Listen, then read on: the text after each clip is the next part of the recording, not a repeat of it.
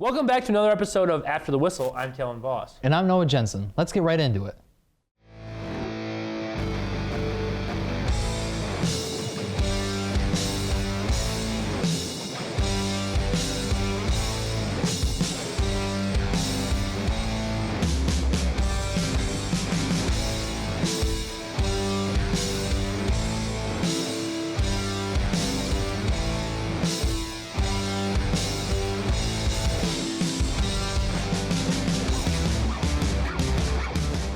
After some very successful games last weekend, the GVSU men's basketball team saw their season come to a close as they lost in the first round of the NCAA tournament to number 1 seeded Lewis, 65-63.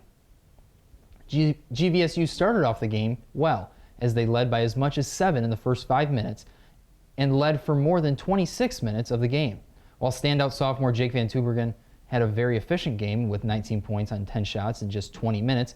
Starting guards Hunter Hale and Jeremiah Ferguson combined to shoot 6 for 28 and missing 5 key free throws ultimately did the Lakers in. Despite the loss, the men's team has a lot to be proud of this season, posting a 19-13 record and 10-10 record in the GLIAC, a GLIAC tournament trophy, and an NCAA tournament appearance. We here at After the Whistle congratulate the boys for their hard-fought season and especially thank seniors Kindred Williams, Justin Greason, and Zach West for their dedication to the program. Grand Valley State women's basketball team continued their winning ways in the first 2 rounds of the NCAA tournament, beating Truman 89-64 before taking down the Flyers of Lewis 72-55. The game against Truman was a dominant affair as the Lakers led by as much as 33 in the second half. 3 Lakers scored more than 20 points, with Cassidy Bench scoring 27, Victoria Hedemark with 26, and Maddie Daly putting in 21. The next game of the tourney saw another dominant performance for GVSU as they never lost the lead, with Maddie Daly scoring 20 points on 14 shots. Bench, Jen DeBoer, Natalie Koenig, and Taya Andrews all scored in double digits. After the wins, the Lakers improved to 29-3 on the year and will look to keep the good times rolling in the Sweet 16, facing Drury while we record this episode.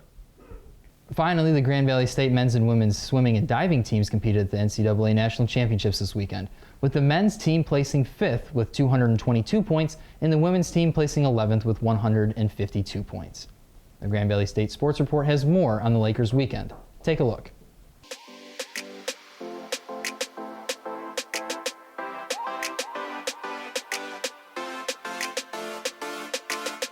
It was quite the week with both the men and the women stepping up big time, getting varsity records and top 8 finishes on the national level and a new national champion in Harry Schaumann. An incredible week, finishing 5th with the men and 11th with the women. So we had a little bit of a hiccup on day 1. No fault, it's everyone's, but we started progressing into the meet really well. And yeah, I'm really proud of everyone and what they've done this meet. I'm very happy with everyone doing the job, and I'm really happy that the 2 medley relay got into the A final and that all the other relays were at least in the B final, and I'm very proud of everyone scoring points.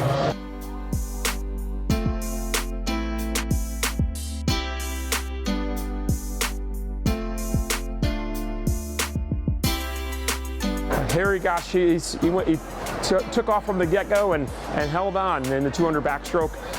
His underwaters were spectacular and finished strong to our first ever national champion in the 200 backstroke. My conference meet was really good, and from there I just thought, hey, I just got to go for it. Nationals. I was seeded first into the 200 backstroke, and I was like, I've just got to win it. It's great. I can't describe how I'm feeling. Like, I'm still shaking a little bit from it. I'm loving it.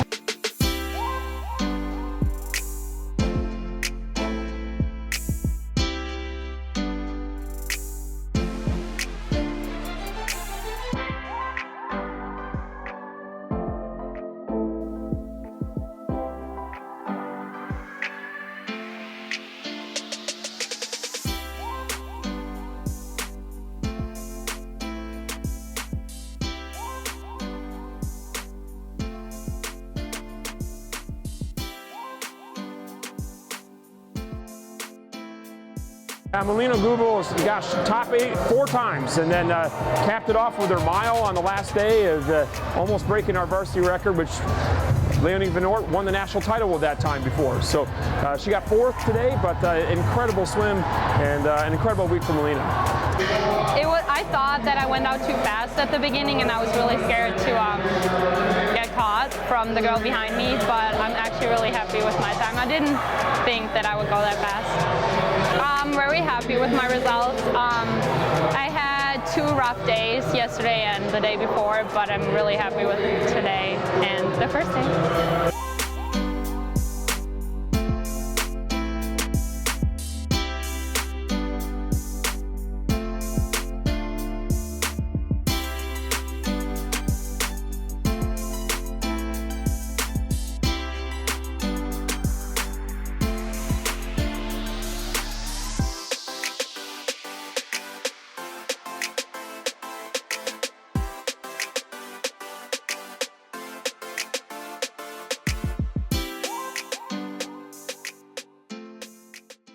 That's going to do it for us this week. Be sure to tune in next week where we'll have updates on the baseball, softball, and lacrosse teams as they started earlier this semester. I'm Noah Genson. And I'm Kellen Voss. For the rest of the crew, all game, all season, always on After the Whistle.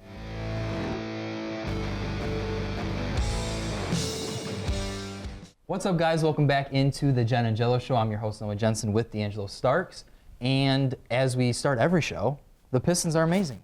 Not as amazing as we once saw them. They're 2-2 in their last 4. Literally the day after we talked about them last week, they got waxed. Yeah, by the day Nets. of. The day of. Well, yeah, it was that night. Yes, it was that night. It was bad. Yes, and then we talked about them on Wednesday on the podcast, and they got waxed. It was bad. But they played the Lakers and the Raptors, and they came out on top. The Lakers were without LeBron, of course. So he's load management, and the Raptors were without Serge and Kyle Lowry, but good wins nonetheless. 3-0 against the Raptors on the season, which Dwayne Casey, he's just the man. He owns Nick Nurse.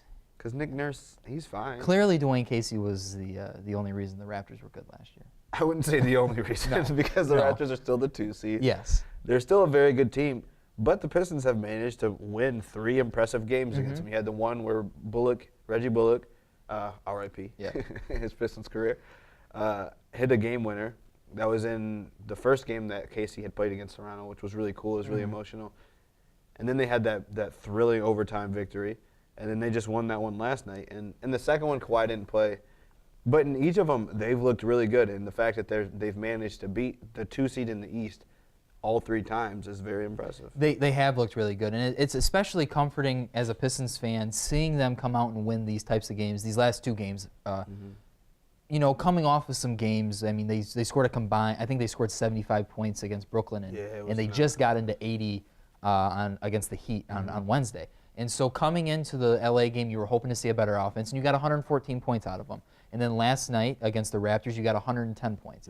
You know, the offense, picked up a little bit, and that's the biggest concern. Dwayne Casey was worried about defense. I watched that Brooklyn game. Defense, I just thought the Nets were just hitting everything they were looking at. It felt like it was a tough game. It was just, you were on 3 games in 4 nights. You were like we just talked about last week. They 12-2 in the last 14. Exactly. They were bound to hit a little bump in the road. And like things were weird from the start. I feels like I don't know how much of it was Kurik's. I think he got under Blake's skin a little bit. Yeah. And it seems like it threw him off from the start. And then we've seen it before where. I mean, Drummond still had 16 and 20 in that game or something like that. So like I think he's had 20 rebound games against Brooklyn. I saw something today where he's the only player ever to have 4 seasons of 1,000 points and 1,000 rebounds, 100 blocks, 100 steals. Yeah, that's incredible. It's incredible what Andre Drummond has done, and he's only 25 years old. It's incredibly overlooked. A couple months ago we said, "Peace out, Andre Drummond." And it made sense. It didn't. It still does make sense. It still kind of does. I've never not been under the impression that he's great.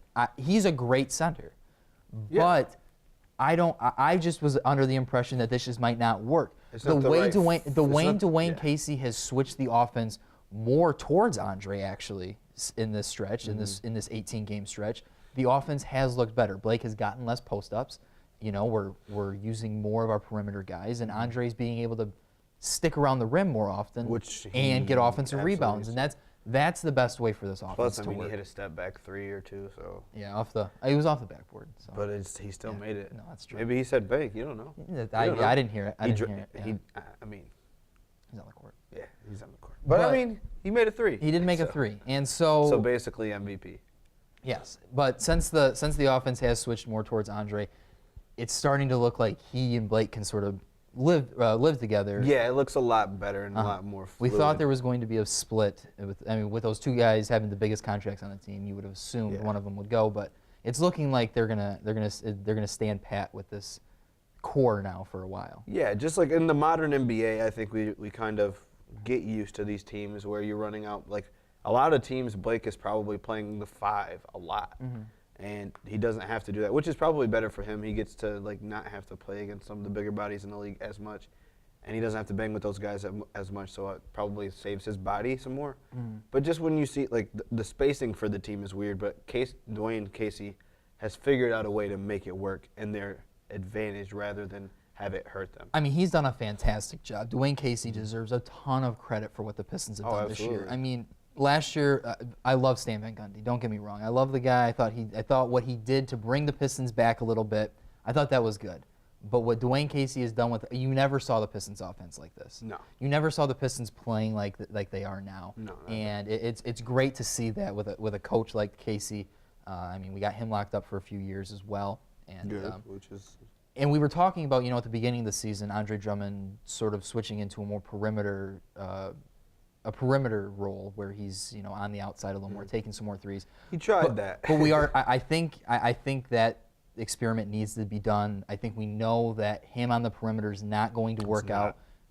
Even just as far as spacing, I know you want more spacing, but with him on the outside, it's pointless. You need him down low getting rebounds. Yeah, because he's the best rebounder in the league. That's what he needs to do. He's a top 5 rebounder of all time, and so when you have him on the perimeter, that takes away a lot of your offense. Yeah, he generates a ton of offense on the offensive glass, and so taking him out, I think it was a good idea that Casey sort of put the kibosh to that early on in the season and put him back down low, and it's 100%. It's working great. 100%. It's working great for him, and going into the playoffs, they have a 99% chance. It looks like we have our playoff matchups. Most likely, the only two that could switch, I think, is maybe Miami and Orlando. Yeah. Right now, it's Miami, I believe, but Orlando's like sticking around. I think they're a couple games back of Miami right now. So 6, 7, and 8. That could switch around a little bit, but Detroit and Brooklyn seem to be the teams, two guarantees in right now. And for the Pistons, they have Philadelphia. They're matched up with in the playoffs. We had been talking about it all year. We would not like to see that, but it seems like you're kind of changing your tune. I still don't think we're winning that series. Well, no. I don't think we win any of the series we except for maybe Indiana or Toronto. But I won't agree with that. No, you go.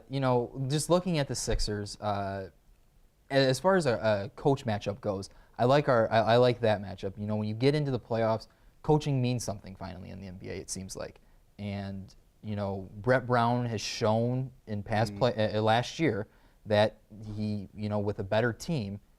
With Philly against Boston, he just didn't show up. He just sucks. Yes, you can say it. That's Brett a good way to sucks. put it. I mean, who was it? Tyler Tinney was on. Tyler Tynes. Tynes, yeah. He was roasting Brett Brown. Yes, he's not a big because Brett he's Brown not good. No, he's not. He's not a good basketball coach. He was great for where they were going, but the process ended a little bit quicker than I think they were ready for. And they just don't have the right guy in place yet. That's okay. No, and they'll probably have the right guy in place next year. But for right now, the Pistons would have that head coaching matchup. I think they'd have the advantage in that. A very strong advantage. The Joel Andre stuff, that's always going to be a concern. But the way Andre's playing, I think he just has a different confidence about himself than he has at other times in his career. We also haven't seen him play Embiid in a little while. So we don't know. We haven't seen we don't know this how type Joel's of real estate has developed. We don't know what he's done. Yeah, he might have sold some area. We don't know up there. Yeah, we'd have to see. We'll have to see. The Ben Simmons thing is worrisome to me mostly. There's not the matchup is what I'm most worried about, because you would think Jimmy Butler would be a big matchup problem, but he hasn't seemed to be a big focal point in the offense. Like we were talking about earlier, he's like the 5th option on that team realistically, because it's like Embiid's the number 1 option, and then it's Tobias, Ben, JJ, and then Jimmy kind of cleans up the scraps of whatever. It's not the role that I think anybody would have thought would happen for Jimmy Butler. No. It's been weird. It has been weird. You see him when he's been in the playoffs. You've seen him taking the big shots, and now coming into this playoff series, we'll probably, or any playoff series he's in for that matter, we probably won't see Jimmy taking big shots at the end of games. You'll probably see, you'll probably see Tobias Harris getting the ball, or Joel, or Ben. You won't see Jimmy more than likely, unless he's having the game of his career or having having a good night, which he can do that, which is because he is a good offensive player. Yeah, absolutely. Just, these guys don't gel. No, they don't, and I think that might be a good recipe for the Pistons to, the bench for the Sixers isn't what it was last year. It's not good. No, it's not. T.J. McConnell, really. Exactly. Mike Scott coming off the bench. You don't have the pieces like Ersan Ilyasova and Marco Bellinelli coming off the bench who are going to hit you big shots in the postseason. And so, going into the playoffs, if it was right now, I'm not as worried. You feel okay? Yeah, I think we can grab a couple games from the Sixers. I think we could shock them and go back to Detroit 1-1 or something like that.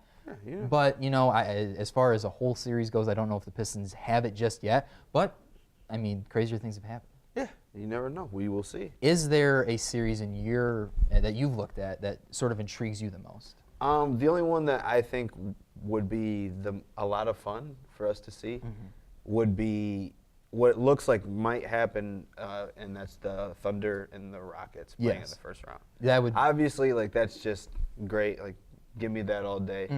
Other than that, I think nothing until we get later into the playoffs. Yeah, there's really the first round matchups don't look to be the biggest matchups. No. The one that we were talking about earlier today, D'Angelo, was the potential of a Boston-Brooklyn matchup maybe. That'd be interesting. If Brooklyn could get to the 6 and Boston get up to the 3, it doesn't look like Boston can get to 3, but that would be pretty interesting to see if you had Boston got here because of Brooklyn and Brooklyn's here because of that. With the history that they as have. well. It'd be that'd be pretty interesting, and Brooklyn's a fun team to watch as well. Absolutely, very fun. Yeah.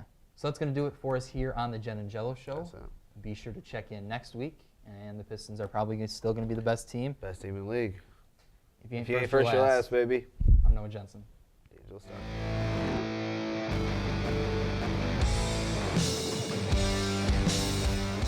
All right, welcome back to another episode of Unnecessary Roughness. Kind of a special one. There's not going to be another one until mid-April-ish, but free agency happened. One of the best times of the football season, in my opinion. It happens during the off season. So, right off the bat, your favorite signing. Putting you on the spot. We didn't even talk about this before the camera started rolling. Nope. Favorite signing. You'd be thinking about it too. We'll go, just because it's like big one, just kind of jumps out right away. I guess we got to go Le'Veon Bell to New York. I feel like he didn't get as much money as he was making it sound like he wanted. So it's kind of interesting, what he thought he was a lot more, and I feel like he could have got more money based on what he was saying. And with a young quarterback to have a running back you could rely on, I think that's big for the Jets. I like Le'Veon going to New York. I would say who you're going to say, so I'm not going to say it. Wait, you think you know who I'm going to say? Oh, I guarantee you I know what you're saying. But I gotta stick with, I don't know if it's the best, but I'll touch on it now. I think the Devin Funchess signing for the Indianapolis Colts is big because they didn't give him too much money, and their biggest thing that they were struggling on is that big target in the end zone. That's Devin Funchess now. He's been inconsistent last year, but he was the number one option with Cam Newton thrown to him. So now he's going to be competing for arguably the third option behind T.Y. Hilton, behind Eric Ebron. So now he's going to be getting those less throws to him, so he'll be able to improve. And I think it's a big option for the Colts to get that big body to throw in the end zone. See, you think I'm going to say Trey Flowers. That's what I thought you were going to go, but... You're right. I am going to say Trey Flowers. I was going to say the same thing, not trade, but the signing. Yeah. I do like that signing. A lot of people I know jumped on it. Kind of the SOL Lions fans have jumped on it as well. He's not a guy who gets sacks because the numbers don't show it. But when you look at it, he is one of the top 5 at getting pressure on the quarterback. And the addition of him is only going to help Deshaun Hand and Ashawn Robinson and I keep calling him Snacks. I forget his real name most of the time. Damian Harrison. And then when you add in like Devin Kennard as a rotational piece, and if they can get a middle linebacker and you can let Jared Davis rush the passer more, I feel like that's where Jared Davis will thrive at and will be excelling. But that Trey Flowers signing, Lions fan, but I have to say it's one of my favorite signings of the NFL free agency. But I'm going to kick. Next one is the most head-scratching signing. And I'm going to go first because I already have mine in mind. And that's Golden Tate to the Giants. Yep. Because everything that they've been doing throughout this last season and this offseason looks like they're looking to try to tank and looking to try to unload any piece that has any value. With Odell Beckham, last year they traded Snacks to the Lions for a 5th-round pick. And now you signed Golden Tate, I love Tate. I would have loved him to come back to the Lions, but the money would not have been worth it in my opinion. But to sign him to that deal, when you're trying to rebuild the team, I don't get it. I don't understand it. Yeah. When you lock up that much money to an aging receiver who probably works better not in a number 1 role, but in New York, he's in the number 1 receiver role now. And I just don't think New York's going to get the money out of it. I think it's also New York is just in a stage where they need to rebuild, but they haven't fully committed yet. If they need it, they should have cut Manning this offseason. Yeah. Or I don't know if they should have necessarily cut him, but they don't show the promise of fully committing to one of the quarterbacks in this draft to maybe sit a year behind Eli Manning or kind of do what the Browns did and have him sit for the first couple of games like Baker, then end up taking over that starting role possibly. But they haven't really shown that commitment to a quarterback, or they could be smart because the quarterback play isn't the best. Yes, Kyler Murray, Dwayne Haskins, they're pretty good prospects, but as quarterbacks have gone, they're not going to be the best prospects that they could possibly get in the near future with prospects like Trevor Lawrence coming up soon. So it's interesting to see what they're going to do. I just don't think they've made up their mind yet and are fully committed to what they want to do, and now they're just making weird decisions like signing Golden Tate like that. Kind of coming off of that, I mean, I think people were kind of questioning the Browns doing that though last year because it didn't look like they were going to draft a quarterback after they brought in a Tyrod Taylor. People were starting to question, like, are they really going to go after quarterback 1? Or I can't remember what other pick they had, but they know they had like a bunch of picks in the 3rd, 4th? 3 or 4 in the first, yeah. But people were questioning, are they really going to bring in a quarterback to now compete? And then they ended up doing it. So maybe the Giants still, that might be the game plan, and that might be why. I mean, the Browns did sign Landry from the Dolphins. Yep. So maybe they see Golden Tate being able to fill that role, and maybe they want an elder receiver for a young quarterback to throw to.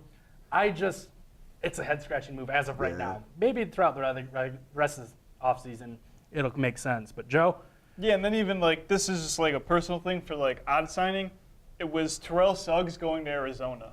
Like when you think of T. Sizzle, like I figured he was going to be a lifer in Baltimore. When you think Baltimore Ravens, it's Ed Reed, Ray Lewis, Terrell Suggs. Like, and to see him, I get it. Go get your money. Like, I understand. But it's going to be weird seeing him in Arizona and not in that black and purple.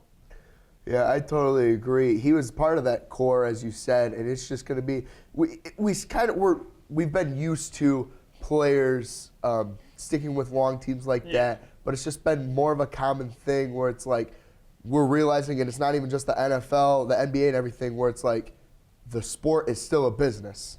So it's like things are going to happen like that. People are going to play longer to get more money. Maybe that's what Terrell Suggs is trying to do, because I don't think he's going there to try to win a championship. No, he's just trying to get one last paycheck while he's headed out the door. And again, I'm not going to fault him for that. No. That's go get your money. But that's just going to be so weird seeing him in Arizona with whatever the heck they're doing there. And he just doesn't belong in the desert. He needs to be in Baltimore. He'll forever always be known as a good Ravens, and they won. Although, I guess him going back to Arizona, he went to school at Arizona State, so maybe he's trying to do that. But he's a bad man. He's You never gave me your. No, I don't know if I'm still just bouncing back and forth because I've always been an Earl Thomas fan. I love the way the guy plays football, but we've seen with the injuries that he's struggled with now 2 seasons, he's not fully healthy. He's 30 plus, and being over 30 playing defensive football, you're not going to last too long playing good football, especially when you're coming off crazy injuries like that. So for the way that the Baltimore Ravens kind of went after him and paid him quite a bit of money, like they guaranteed him $30+ million. So I don't understand what Baltimore is doing. to secure that is smart because he's a good, and he could raise the morale of the defense, but I can't tell if they're in the point of let's win now because Baltimore is a respectable team. Lamar Jackson stepping up. They went and got a Mark Ingram, who is I like this. I think he's going to be a good running back, but they're just I don't understand that signing. I don't think it's a necessarily bad head-scratching signing, but at the same point, the way he's headed, I think they just overpaid him a little bit. Yeah, that's a lot of money to throw at an aging veteran who has a history of injuries. We've seen kind of a lot of those big guarantees, and you touched on it before the show, before we started recording. So why don't you again you talked about how Le'Veon Bell and how you think that's. I think definitely, no matter what your opinion on what Le'Veon Bell did last year, and even with how much he turned down last year, he ended up for settling less than what he initially turned down last year. So it's still up to debate whether you agree with what Le'Veon did. But what you can't deny is what he has done to impact free agency. Because now part of his plan was to try to get more guaranteed money. Because running back is a position where you are getting hit every single time that the ball's touched, and even when you're not touching the ball, you're blocking or anything. And running back is a very injury-prone position. It's a position that you don't last long. Yeah. So he wants to get that guaranteed money because if he gets injured, he risks losing that money. So he raised this free agency kind of for the NFL, who has been very lackadaisical on this and compared to other sports of guaranteeing the money for other sports. And we're seeing it now in this free agency where it's not where it needs to be yet, but players are getting more guaranteed money in these signings this offseason. And I think that is because of what Le'Veon Bell did last year. Now, last thing before we wrap up. Antonio Brown.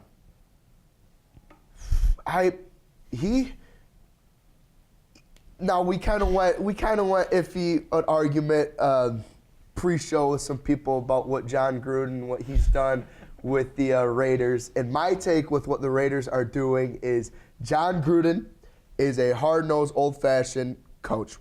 No one denies that. Might have gotten paid a little too much, whatever. But I think he is a coach that needs his team, his personnel. So people say he made some head-scratching moves with Khalil Mack last year and some other things. But when it comes down to it, he's making some moves to try to get the personnel that he wants. He literally, if we think about it, he got rid of Amari Cooper for a first round and then was able to get Antonio Brown for a third and fifth, I think.